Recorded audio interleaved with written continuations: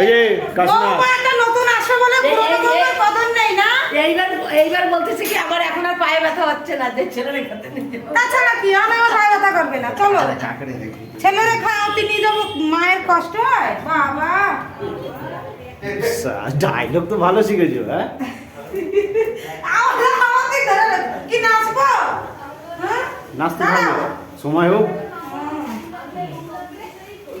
আমি তো সেরা, বলবো, সেরা। আমি বলেই আসিনি, জানো।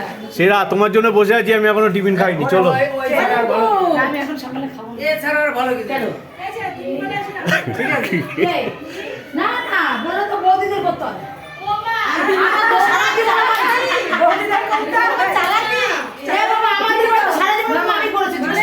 না না, বাড়ির বড় বড়দের কথা দায়িত্ব নেই। না না, বাড়ির বড় এ বাবা, আমার বলে তো আমি সকালে খাইয়ে দিয়ে যেতাম। আমার বললো বৌদি করবে। শয়তান, দেখুন আমার এই যে বৌদি খাটতে ঠিক আছে, খাটতে খুব আমার কোমর ব্যথা হয়ে গেল। সকাল থেকে খুব পরিশ্রম করছে, মানে সত্যি কথা বলছি। হ্যাঁ কাশীনাথের ছোট মেয়ে এত পরিশ্রম করছে, মানে বলার না। চা কি করবো? যাই হোক, তাই নিজেদের বলবো? বাড়ির নিজের ছেলের বিয়ে, সেই হ্যাঁ, হিসাবে বন্ধুরা। খাটবে তো বটেই। হ্যাঁ নিজের ছেলের বিয়ে তো হ্যাঁ কাটবো না। অবশ্যই, হুম। ঠিক আছে। বৌমা এলেই পরে আমি বসে পড়বো করে বিছানা, আর কোনো কাজ করবো না। না তখন সব বৌমা বৌমা করে দেবে। বৌমা করে দেবে। বলবো এটা করো, ওটা করো, চা এনে দাও, দুধ হ্যাঁ। চা, তুমি চিনি একটু কম দিও। সেই এত চিনি খাই না, তাদের শিখাতে সুগার হবে তো আছে। না। হ্যাঁ আচ্ছা আচ্ছা এখন আমি করছি, বৌমা আসুক তারপরে আর করবো না। আচ্ছা আচ্ছা আচ্ছা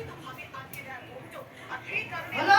হুম। সিস্টেমটা ভালো না হলো তো? কাটার পরে আমার নাতে চুল কাটার পরে আমার নাতিদের ডাব শ্যাম্পু আর কন্ডিশনার দিতে হলো আবার স্নান করার জন্য। তো ভালোই তো স্টাইলটা হয়েছে। না ভালো হয়েছে শোনা, পিছনটা একটু বেশি উপরে তুলে দিয়েছে না, ভালো লাগছে দেখি।